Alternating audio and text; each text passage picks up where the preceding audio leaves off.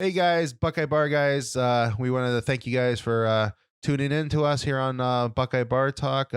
Great show we got coming up today. We're really looking forward to you guys listening and watching it. But just wanted to remind everybody, just remember to subscribe to the channel, hit the all notifications bell, and that way, anytime a new show comes up, you guys will be alerted to it. And don't forget to like the video and comment on the video. All interactions with us helps us continue to grow, and we appreciate your support. Now to the show. Welcome back, everybody, to Buckeye Bar Guys here on Buckeye Bar Talk. I'm Mike. And I'm John. Tonight's date is Wednesday, August 2nd, 2023. We're now 30 days from pretty much almost 30 days. We're still technically 31, but we'll be 30 when everybody gets this until kickoff. So camp is camp is getting ready to start. Today was the media days. So basically, kind of the goal for tonight's show is kind of wanted to do a little bit of a July cleanup. We've had a lot of news in the last 2 weeks that have not really been football related. Well, it is football related. It's not camp related. So we're going to finish up on a few of these stories, and then going forward, when we start our next show, which should be now starting with a little bit more regular, being more regular with camps kicking off. It'll be pretty much football going forward. So tonight, we were just going to kick off and just hit a couple of just quick points on the Wadsworth scholarship dinner that we went to a few weeks ago. It was a good event. So we have some thoughts on that one real quick. Then we're going to talk some recruiting stuff.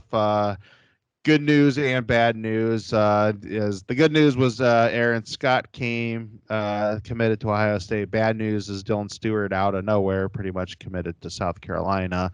So got some thoughts on that one. Then there were some talks during the Ryan Day press conference, and then a little bit during the Michigan press conference of Big Ten Media Days about possibly of the Ohio State-Michigan game getting moved from outside the final week of the year.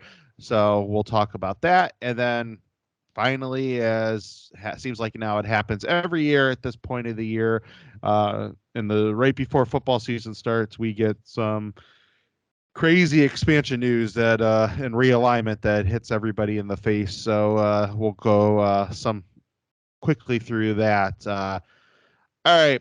Scholarship dinner. So we were advertising there for a few episodes that about buying tickets to the Wadsworth Scholarship Dinner.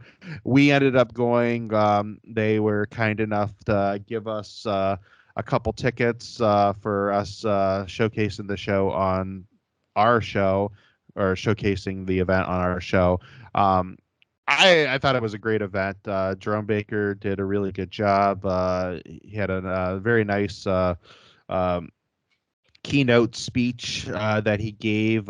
We ended up getting to meet him at the end of the night for a picture. Didn't really get to talk to him much. Just a couple seconds. But really nice guy. Did a lot of was very gracious with his time on stage, with doing different things with the auction prizes that they were giving out, and then did a whole bunch of autographs and pictures afterwards. And plus took a lot of questions from people, not only from the event sponsors, the people running the event, but he took a lot of questions from people in the audience. So I thought that was really cool. It was pretty straightforward and honest with everything that he answered. Didn't try to dodge any questions, so that's always nice to see.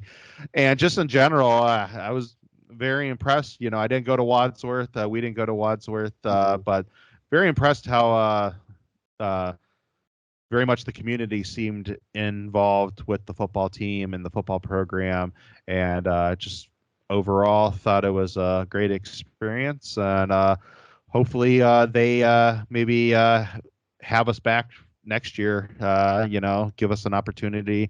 We'll definitely plug away again for it on the show, because I did have a lot of fun. Oh, yeah. Yeah, I agree. It was a great time. As you mentioned, very community focused. So you you go into it knowing that, but it's cool seeing how much the community gets behind the athletes and just all the kids in general for the scholarships, learning about their past. So that was really cool. But it's also just so much more than just that. I mean, they had an auction there with some really cool Yeah, some like top-notch stuff. signed memorabilia. Um, I mean, a Joe Thomas jersey, which he's about to go in the Hall of Fame, I think it went for like $250. So you can actually get like good deals on it too.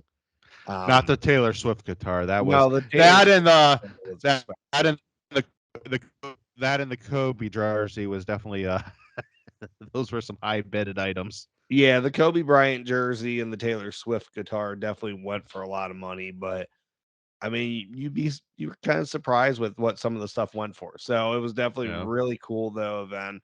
I'd recommend, anybody if you are just looking for a kind of like a event with signed sports memorabilia, check it out. They get a ton of stuff, cool keynote speakers. So you don't necessarily need to be entrenched into the community to be able to enjoy yourself. So give it a shot Yeah. next year if you can. Again, we'll plug away when it's time. Yeah. And any other towns in Ohio that I would definitely recommend reaching out to the people that ran this event because it was a great idea, and Oh yeah, it's definitely something for other communities to get behind. I mean, it was very impressive how many people that they had show up, and so yeah, kudos to Wadsworth and their community. I thought it was definitely a great event. yeah. Definitely, as just as you mentioned, if you want to make football, youth sports, just entrenched into the community, make it bigger than just the sport itself. Definitely, that's something. Reach out. Reach out to Rick Mooney about that. If you need his contact information, shoot me a message. I'll let you guys know. Yeah. Yeah, and of course, it was just the last thing to say. Didn't want to forget they gave out some nice scholarship awards to some very deserving students Yes. that have been through the youth programs. So definitely, like I said, kudos to them, and definitely we definitely enjoyed ourselves. Alrighty, so Buckeye news this week are Aaron Scott. Ended up committing to Ohio State. It seemed like that was a foregone conclusion for a while there, but then it kind of seemed to like that, maybe Michigan was closing some ground. Um, Kind of got a little nerve wracking there towards the end. He had a nice little fake out in the video where he pulled the Michigan bag up and then, did pulled the Ohio State jersey out of it. At that point, I kind of, I kind of felt like, yeah, okay, it's Ohio State's here. That just seems like a fake out, but there was a lot of definitely a lot of nervousness. It seemed like going around heading um, into his commitment, but he ended up committing. Um, I think Walton's been doing a very good job, closing out last year's class, and so far this year, with the guy. So very impressed with that, and just your thoughts. It was a big get. So I mean, it's a huge get to partner him with Bryce West and have Miles Lockhart in the mix as well. Of course, Jermaine Matthews and Calvin Simpson Hunt in this past cycle. So a lot of talent you're bringing into that cornerback room. Good time for there to be upper echelon talent in the state of Ohio. Like Yeah, that really yeah, works out nicely to get kind of for Tim Walton to get that room back on track. Yeah, yeah, I mean, Aaron seems like a great player, good young man. He could do a lot. I know Bryce. They think there might be a chance that he could grow into a safety or something like that. But Aaron's going to be that lockdown corner. You really need that guy. I mean, he's yeah. gonna the room's going to start getting back to where it was. I'm fully confident in that. Yeah, and it's definitely nice because it seems like where we've had some concern the last couple of years, they definitely have depth this year. So going into this upcoming season, it's actually, they have six pretty strong contenders to be able to play. It seems like with what they brought in, and the kid from Ole Miss that they got, and then obviously they got a whole boatload of safeties, and now they're getting a lot of young talent and behind them. So definitely the getting restocked there. So that definitely feels good because they were starting to really it seemed like it was starting to really catch up on them those couple years, or they just didn't have a lot of people coming in. Yeah. Yeah, I mean, they just had a couple bad years in a row, and they took some kids that, and I'm not saying it didn't work out for everyone. Some kids were lower than what Ohio State's kind of, standards are for recruiting, but it's all bouncing back though. So they'll be fine. It's bouncing back. Yeah, definitely agree. So that was definitely a good get for them. Now to the other end of the spectrum, Dylan Stewart. So it seemed like for the longest time, Ohio State was kind of leading for this one. It seemed like that things were starting to trend very positively for Ohio State, and then just kind of out of nowhere, he committed to South Carolina yesterday. And I know a lot of people said, well, it's the NIL got him again. I don't know. I listened to a little bit of Barton's and Bill Banks' show from earlier today or last night.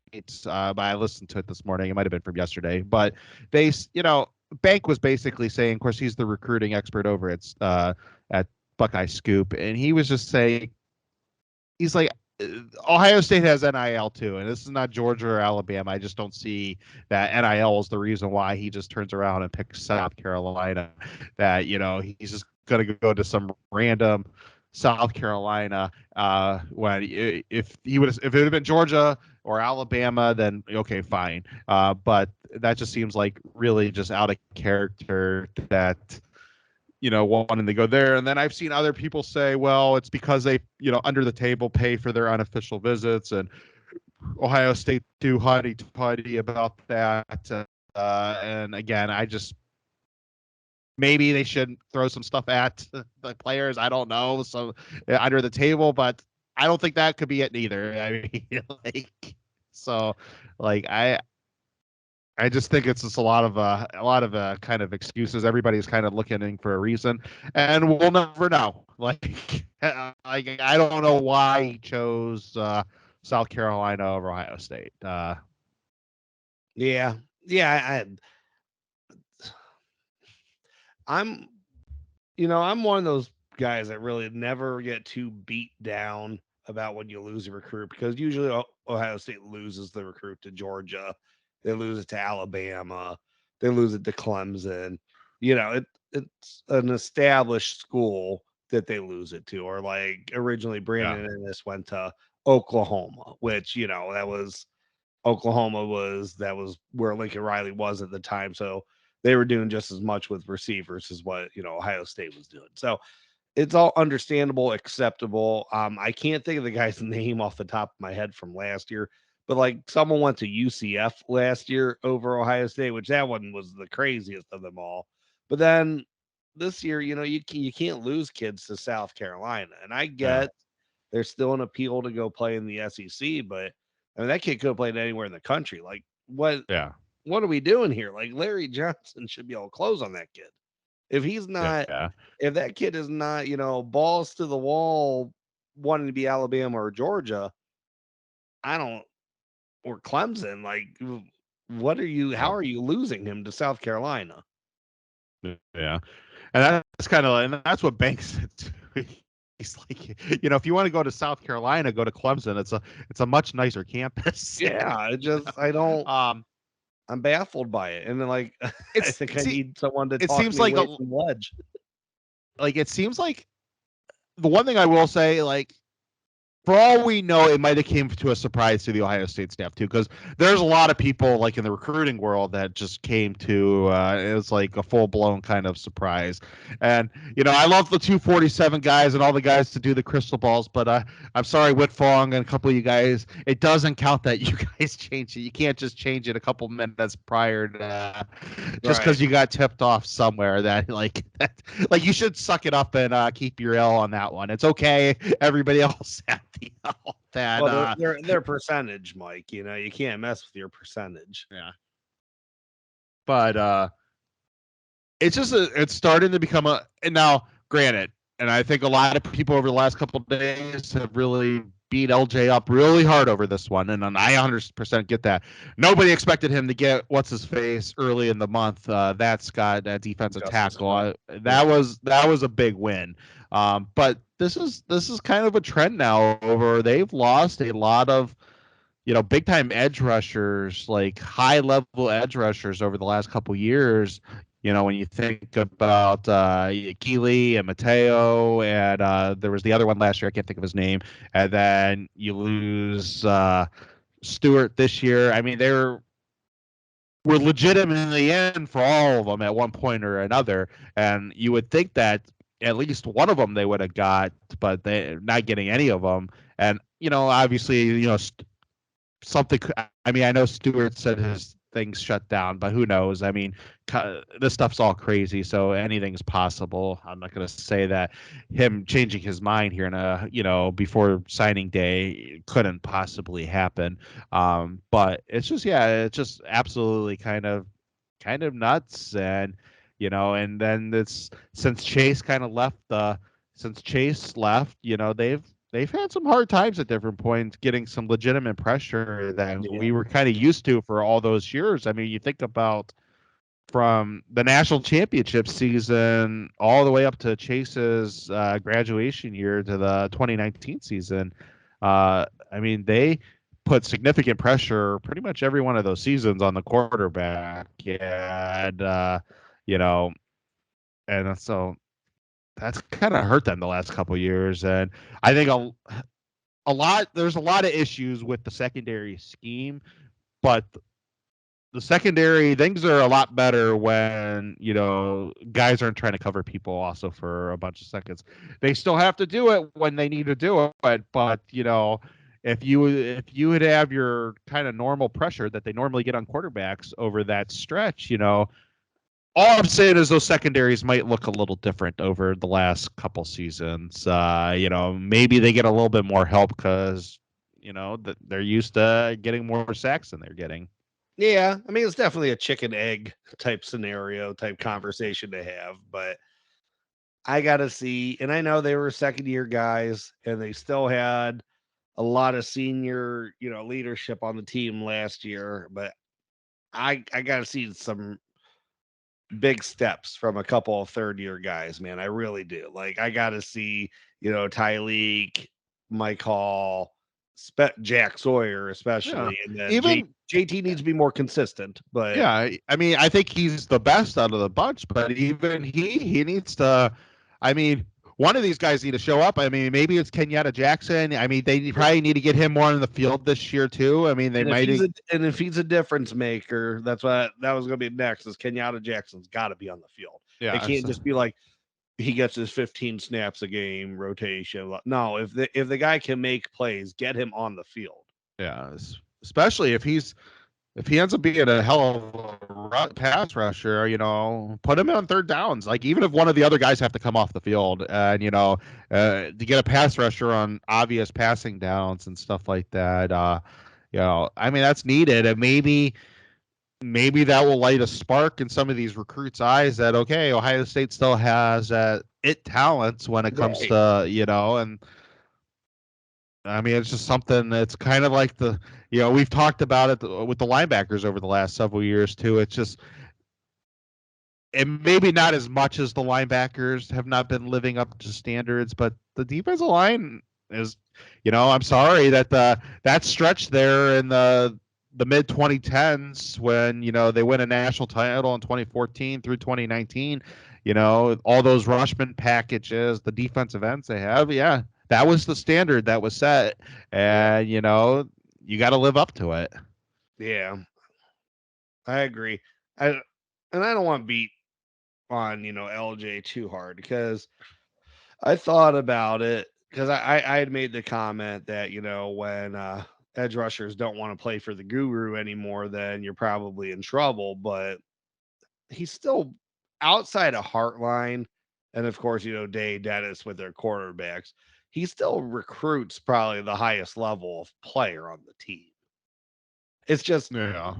he only shoots for the stars, so it's like it's hard because you're not settling for a bunch of 3-star edge rushers or low 4-star edge rushers that you could get early in the cycle. Like he's trying to get big mercenaries on his team, and it's Yeah. just big time guys, and it's not always working out. And that's, part of that. There's also a problem with Ohio on that too, is that, you know, and there is definitely that we got the offensive line. We need to get the offensive line back up to standards that we were expecting, but there's a treasure chest full of 3-star, 4-star offensive linemen in the state of Ohio, and you just don't necessarily get that with legit defensive linemen, that especially difference makers, it seems like. And I think that's, so he's really pushing out of Ohio. And and obviously that's not a excuse. Ohio State should be able to go into where and kid, but you're going to a lot of these schools' backyards, down south, and where a lot of this talent is at, and kind of you're fighting up against a lot of big time schools too. It's just I wasn't expecting South Carolina to be. Wow. No, I thought we were past losing to guys like that, but it is what it is. Yeah. I mean, like I said, I don't know. He could solve.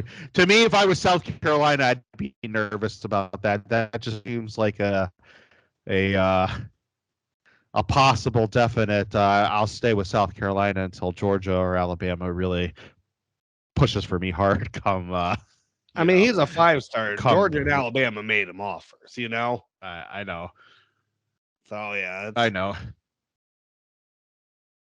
Yeah. Alrighty, Michigan. Should the game be moved from the last week of the season to somewhere else in the season? So I understand both sides of it. We've been very entrenched in Ohio State football pretty much our whole lives. So the game means a lot to us. I definitely leaning on siding with tradition here. I want that still to be week 12. But at the same time, I kind of get where some of the point of views are. Like last year, they would have both made the Big Ten championship game if we were in what we're going to next year. They are both clinched that game. So what happens in that situation if Week 12 rolls around? Ohio State and Michigan are both undefeated, and they both are in the Big Ten championship game. They're both very easily could be playing for the playoff situation. And does that force those teams to sit some guys in that final week because they know they're playing each other the week later? And and I get where a lot of the hardcore fans of the Ohio State and Michigan are coming from, that should be the final game of the year. But are you going to like that game? And if it's, say you're a Buckeye fan and the game is we'll say it's this coming year, it's up in Michigan, they're both undefeated, they're both playing each other the following week, and Ohio State decides, you know what? A lot of our big time kids are injured and they're staying in Columbus, and like as a Buckeye fan, are you okay with that you're basically giving an L there because it's to win the following week? I was never a fan of college football turning into like NFL light. Like I never was. But it's been going that way for a long time now, right? I Yeah. mean, we can admit that it's been going that way And for we're a gonna be and we're gonna be getting more into that here in a second with our final stuff when we talk about the realignment. But yes, you're absolutely right. so it's been heading that way for a while now. That's a move you see in the pros, and yeah, I don't know how to like. I don't want to be the guy sitting on the fence, and I want to play Michigan. That's really all that matters to me. I want it to be the best, most competitive game as possible. If you can't get that achieved the last week of the season, then I think you got to move it. That's just my opinion on that thing. Even, I mean, it can go beyond Michigan. I mean, you don't want to lose any posturing in the stands or anything, but it doesn't even have to be that they're both clinched. I mean, Ohio State could be undefeated, clinched, and well, we're not going to lose out on the Big Ten. We know we're getting to the 12-team playoff. We're still going to be playing for the Big Ten championship. So, I mean, I guess at that point, maybe Ohio State says, what's the more important game? Winning the Big Ten championship and getting the higher seeding in the playoffs, or beating Michigan today. Exactly. So I mean, but I think it doesn't even have to be like, hey, we're both clinched, so we're going to both take this game as a joke. I mean, God, that's going to suck when it does happen, though. But Yeah. it could just be one or the other. So Yeah, I don't. one or the other. I Yeah, just want. exactly. I just want the most competitive game possible. So if that's it, if that is accomplished by moving the game up in the season, then that's fine. But I would like it to be at the end of the year. I would like it to be at the end of the year too, and I'm still going to sit on that one. But I am going to be upset when one of these teams, if not both of these teams, don't take something seriously. Like it will, it will drive me nuts. I mean, I'm not going to say it if it's Ohio State that beats Michigan and Michigan's the one sitting players out, but it will stick in my craw that say Michigan has two losses and they're not going to the game, and Ohio State's undefeated and they are, and say it, USC, Penn State, somebody else that are possibly playing them, and they decide they're going to just rest for the following week, and I. Yeah. Yeah, that will annoy me when I be like, I want to beat Michigan. That's the fan part of me. And I understand. And it really is a heart versus head type thing, because in my head, I completely understand every bit of the strategy of it. But, my heart would be like, no, kick their ass. Like, Yeah. so, Yeah. but I'm there with okay. you So on that. if they do move it, so Berm on one of their podcasts on the podcast brought up a very interesting point. So wanted to float that one by you because if you want the game to still be important, it needs to be played at the same time every year. So what better than, if it's not going to be the 12th game of the year, just playing it the first week and doing it in prime time, whatever. And it's Labor Day weekend. It's an interesting possibility. Like, if like both teams, that'll keep both teams focused for the offseason, that they're going to Yeah. open up the year. And, in the 12-team playoff, it doesn't matter as much, but it definitely helps that the loser has plenty of time to get their season back in order and make the Big Ten championship game and possibly have a rematch against the winner of the game in the Big Ten championship game. And in a situation like that, the game might matter. They would probably not do that. I would see that they would probably try to keep it. I would hope they would try to keep it the same time every year. Maybe it takes the Penn State slot, so we play Penn State that Halloween, or right around Halloween, that whatever last weekend of October. But I don't know, just your quick thoughts on, if they did something like that and the First week. opener. My only hold up on first week of the season is the Ohio State especially plays very sloppy usually week one, and I'm sure Michigan does too. I just don't follow them as closely, so I don't want a game where people are like figuring out how to play football again. Like I want it at its highest level. So if they can achieve that in week one, I'd be cool with it. But if it's just going to be a bunch of like sloppiness, and that's the reason why it's close at the end of the game, is because everyone's trying to figure out their own offenses and their own defenses for that upcoming year, then I would propose that we move it to like the last week of September, or like you said, that last week of October. Yeah. No, I see that too. It's But an no interesting, prime it is an time. interesting point. Sunday of Labor Day weekend in prime time would be pretty cool. Yeah, no, it would be. And at that point, I've always been one of the people that have really pushed that. I think they should do home on homes. If they do, if this game gets moved, let it be home on homes. I'm sorry. At that point, the traditions broke. So just let the be the scarlet versus the blue. Yeah. Like Agreed. they could play each home colors and it would be fine. It's not going to affect the other team. That's always been my one thing to break the so-called tradition is I've always wanted the home on home jerseys. So if they move this game, go the whole way and just give me that one. That I want to see that. So yeah, interesting. Honestly, I don't want them to do it, but I think they are going to do it. I think the fact that it got mentioned and that Ryan Day wasn't 100% against it, and Harbaugh, reading between the lines with whatever coach speak that Harbaugh gives you, he wasn't necessarily against it. So that means there's been conversations about it already, and that people are coming to terms with that one with the program. So I think it's probably inevitable that though it wasn't thrown into the garbage by any of either coaching staff. So I would have to say that it's being talked about and there's some openness to it. So, I think that's probably something, unfortunately, we'll have to get used to. And it sucks, but as we're about ready to talk about, tradition is pretty much dead in college football. I mean, it's kind of hard to argue that point. It's been hard to argue that point for the last several years, but it's coming even faster.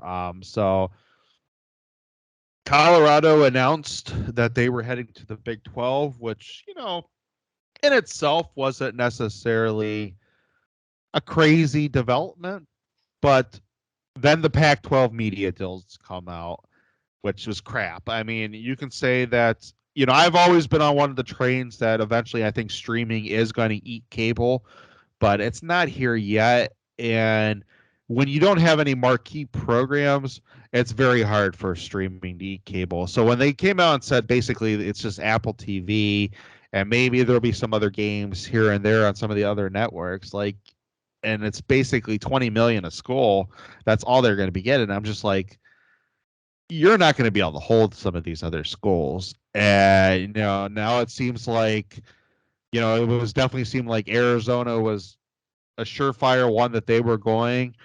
And now it seems like Arizona State and possibly Utah are both going to. The Board of Regents for Arizona, which covers both Arizona and Arizona State, have called another meeting for tomorrow night for Thursday. And on the agenda is legal discussions about the athletic programs of both universities. So, I'm just reading between the lines there. That is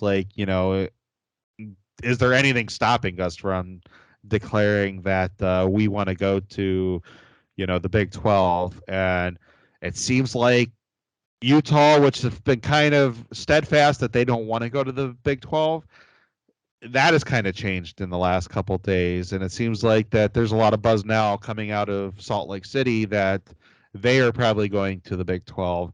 And then it came out tonight again. All this news is moving very fast. That the Big Ten has now set up an exploratory committee of some of the presidents that they are looking at Oregon and Washington and possibly Stanford and Cal if they were to go to 20. ACC, and then when you think it doesn't get crazier, Florida State basically comes out today and pretty much says, hey, we're us and Clemson are the only program that really matters, and we're carrying the water for the whole conference. And the president literally said, if unless there's a drastic change in the revenue sharing at this conference, which to me was them saying we want more of the pie, Right. or we're gonna have to. We're gonna have to start looking to leave. But then you got the ACC grant of rights, which that's crazy how much money that they could possibly owe. So that seems like that's a pending lawsuit now waiting to happen. That there's going to be a legal challenge to those grant of rights. So it's nuts. It is absolutely nuts. It seems like we've called for several years about super conferences, and it seems like it is coming faster than a lot of people expected. Yeah. Yeah. When we had that conversation 3 years ago when we started this podcast, I didn't anticipate it would be within, 3 years that we'd be talking about it. I mean, I thought we were talking like a decade down the road. So Yeah. it's crazy out there. I mean, when Colorado goes back to the Big 12, is the welcome back Cotter music going to start playing for them? Or but the ACC is what intrigues me because they got to make a move, right? I mean, the Big 12 is Yeah. actually now positioning itself to be kind of a decent, decent little conference. I mean, doesn't have the top end, losing Oklahoma, losing Texas. It doesn't have the top end strength as what the SEC and the Big Ten and even the ACC have. But they're getting a lot of good schools into the Big 12. And the ACC now is like, they either got to make the decision that they got to expand or they got to go join other people. Yeah. And what I mean, it happens? feels that way to me, at least. It feels that way to me. And what happens? What happens at Florida State? I mean, there's talks that they're going to try to there's talks about the legal challenge. There's also talks that they and the ACC might be negotiating an exit where Florida State, pays the exit fee over several years, and at that point, I don't know. And I know there's a lot of talk about the Big Ten going west. And I definitely think Oregon and Washington are probably in. I would say that's 90-10. I would not be surprised if we get an announcement tomorrow night or Friday that those three schools are leaving the Big 12 and heading to the leaving the Pac and going to the Big 12.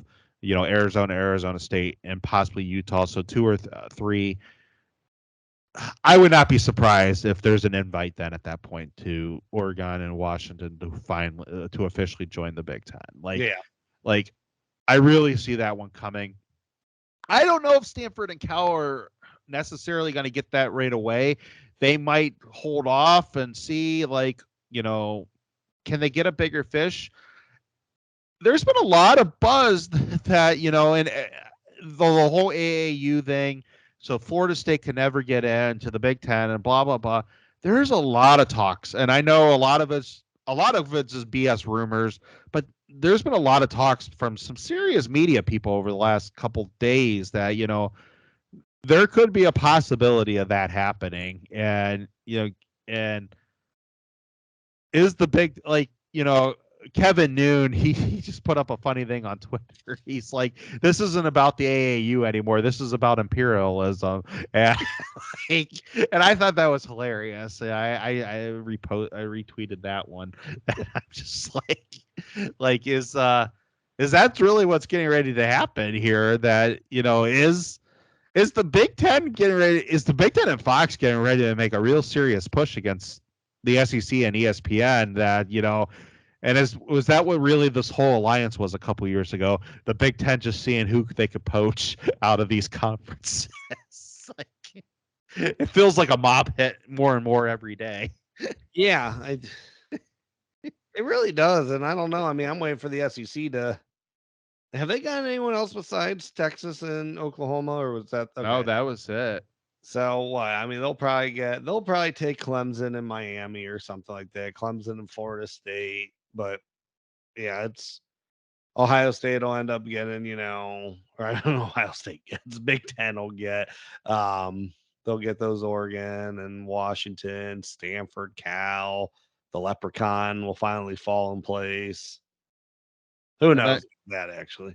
Well, to me, and I've always said this. First of all, the California Board of Regents, they could have played hardball last year with the Big Ten over UCLA. I've been like, you can only have UCLA if you take Cal. When they let the Big Ten off the hook and they just said the UCLA owes Cal money every year, to me that was the door slamming on Cal. I mean, Yeah. and I'm probably wrong. The Big Ten, I've never said the Big Ten presidents are smart, No, never. but like I'm sure they see just the glorious, oh, it's Cal and they're just so academically blah. I don't want Michael Drake I don't back want into this Michael conference. Drake anywhere near that conference. Exactly. And so, yeah, if Notre Dame comes along and they say Stanford is a must for us, then you know what? It is what it is, and Stanford gets the luck by the draw, the luck of the Irish at that point for Stanford. But if they don't come in and say that, then I'm saying like I don't know if I need you guys neither. Oregon, I'm okay with Oregon and Washington. I'd be fine with that one. But I've always said I think I want more South and East at that point, and like I don't know, like honestly, I would be more intrigued, and nobody has talked about this, so this isn't happening. This is just me thinking out loud. If they can't go South and East, that I would almost rather them try to go get freaking Baylor, possibly TCU out of Texas and try to get a foothold in Texas over, going to Cal and Stanford. No, I can agree with that for sure. But the whole AAU thing, it is a thing with the Big Ten. But I don't know. At a point, a couple guys have mentioned it. I saw a couple like Gerdeman said it. I just said about Kevin Noon. At a point, the Big Ten is going to come off of that. If you're going to do if this is really good, if this is really eventually leading to the SEC versus the Big Ten, somebody is coming into this conference that's possibly. I mean, yes, and I know there's AAU brands. There's enough AAU brands out there, and Notre Dame, which is an AAU brand now, but even before that, they were good enough. They were obviously they were good enough. But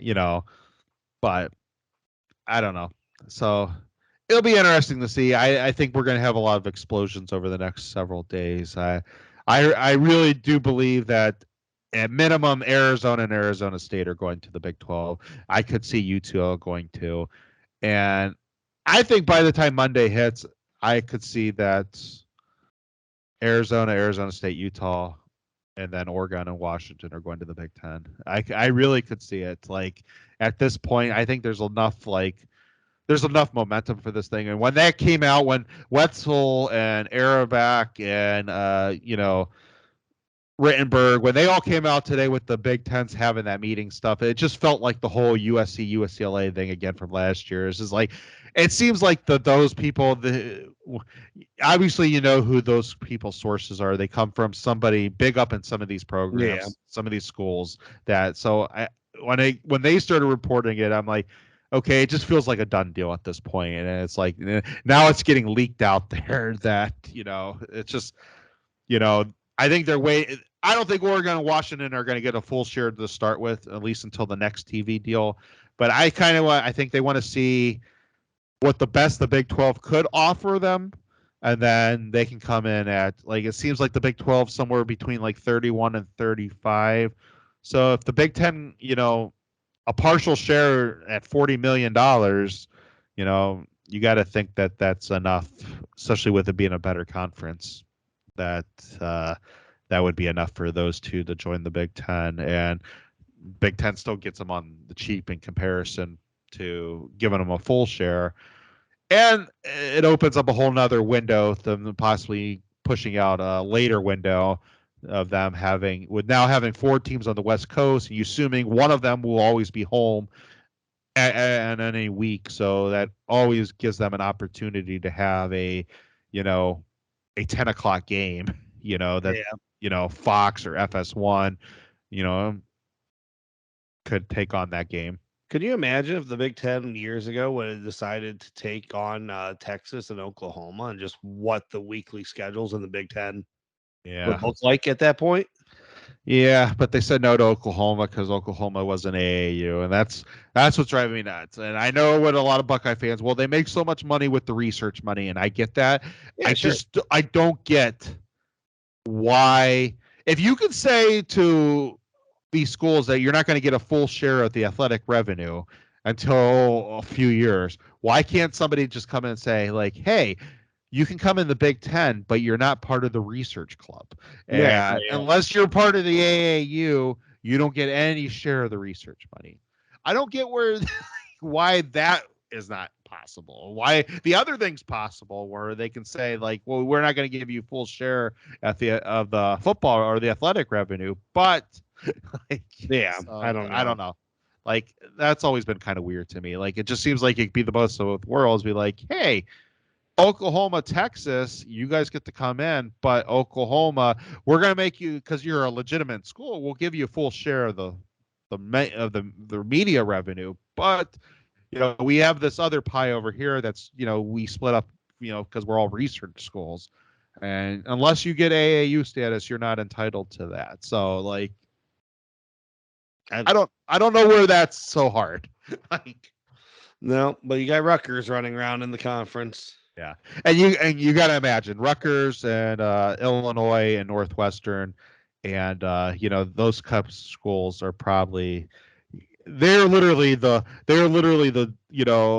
those kids in college that had the cool friends even though they weren't cool that like, and I'm not trying to be offensive to anybody, but they're friends with all the really cool kids, and they're really lucky right now because literally there is no difference from a lot of those schools in Oregon State and Washington State, and Oregon State and Washington State are basically in the Mountain West right now. So like, like so like you should be thanking your lucky stars every freaking day that where you ended up.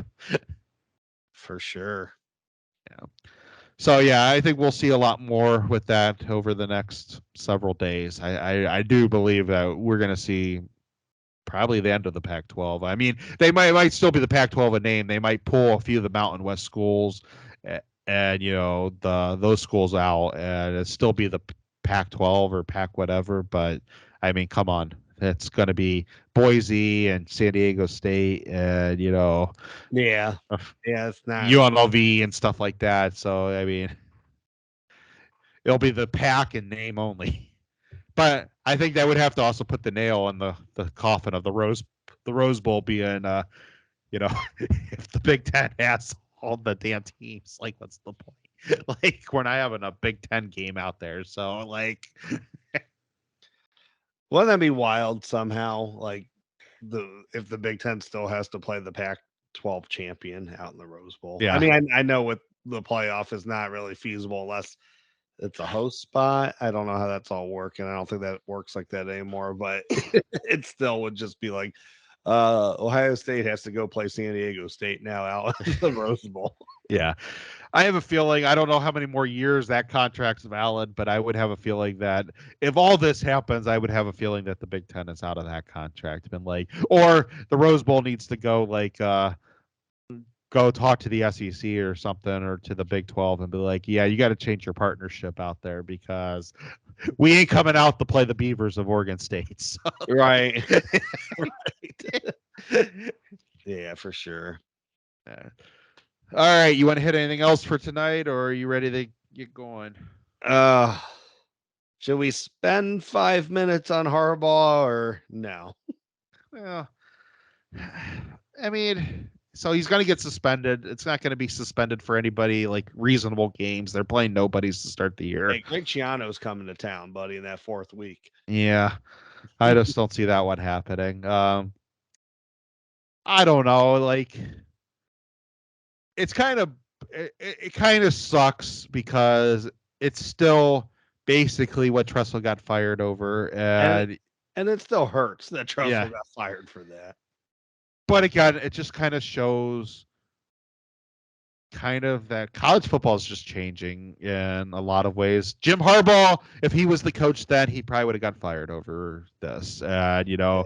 And I don't know if Jim Tressel would get fired today over it, especially that Ohio State, even though there's question whether, was the whole Urban thing. When you look back in hindsight, there probably was a negotiation that he was stepping down at the end of the season, but they didn't fire him, and that they held their ground on that one. Which, if that would have been 5 years ago, 10 years ago, I don't think that would have happened. I think they would have fired him, and so only Ohio State, man.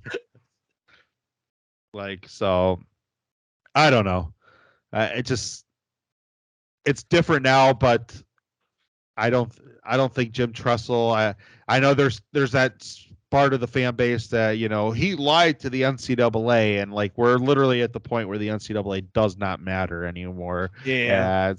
And when you see all these other schools, when you see Tennessee that are just basically getting put on probation, well, they're getting put on and the reason why Hardball is probably only getting a 4-game suspension is because these schools are all playing hardball with them, and it's basically F you, and we're hiring an attorney.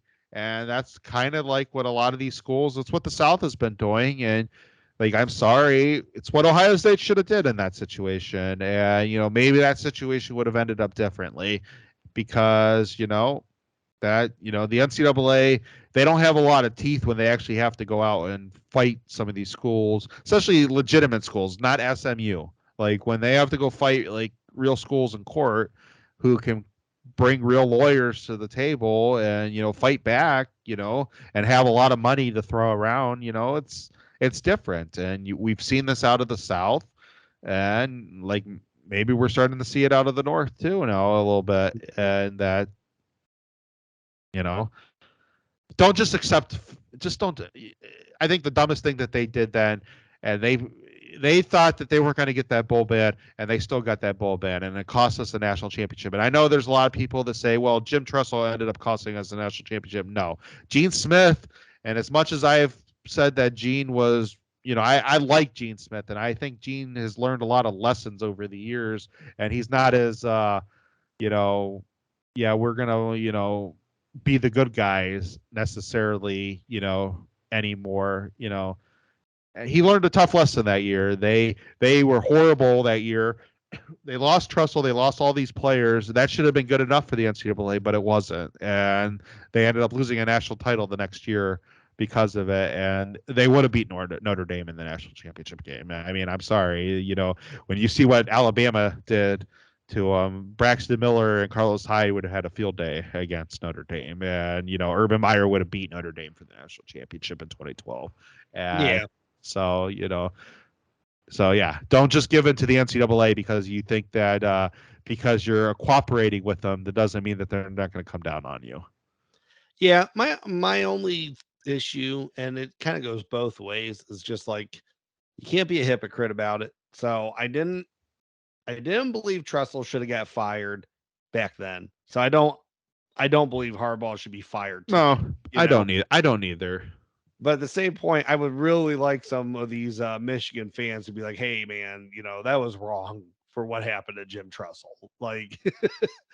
It's better late than ever. I realize you're just saying it because you don't want to look like a hypocrite, but stop doubling down on Tressel was, the friggin' devil incarnate. And yeah, just because he kicked your ass every year. So let's yeah. He didn't rat his players out for getting tattoos for free. Okay, whatever. Yeah. But no, I'm good outside of that. I just wanted to touch on that real briefly. I don't think there's really anything else. I know we got Edric Houston's committing here couple weeks. KJ Bolden's committing real soon, actually. And then Houston's about at the end of the month, I think. So I don't know how either one of those are going to go, be honest. I think Bolden's trending away. Houston still seems solid, but Alabama's in the mix. So yeah. Well, hopefully, with the whole Stewart thing, hopefully they could really push hard on Houston. Just be like, hey, you're gonna have less competition. yeah, they need one of these freaks to be a freak this year and yeah, do freaky things. I'm just overusing the word now, but they need someone to really step up and get the D-line recruiting, just shoot it back up to the top, man. Yeah, no, definitely agree. All right, let's call it a night. All right. Well, thank you everyone for stopping in tonight to the Buckeye Bar. I'm John. And I'm Mike. OH. IO. Thank you for tuning in to this week's Buckeye Bar Guys on Buckeye Bar Talk. Don't forget to subscribe to the channel, hit that all notifications bell so you see when new content is added, and please remember to like and share so we can grow our audience. Don't be afraid to comment. We want to know what you're thinking, and we want to know what content to add for you guys. OH. IO.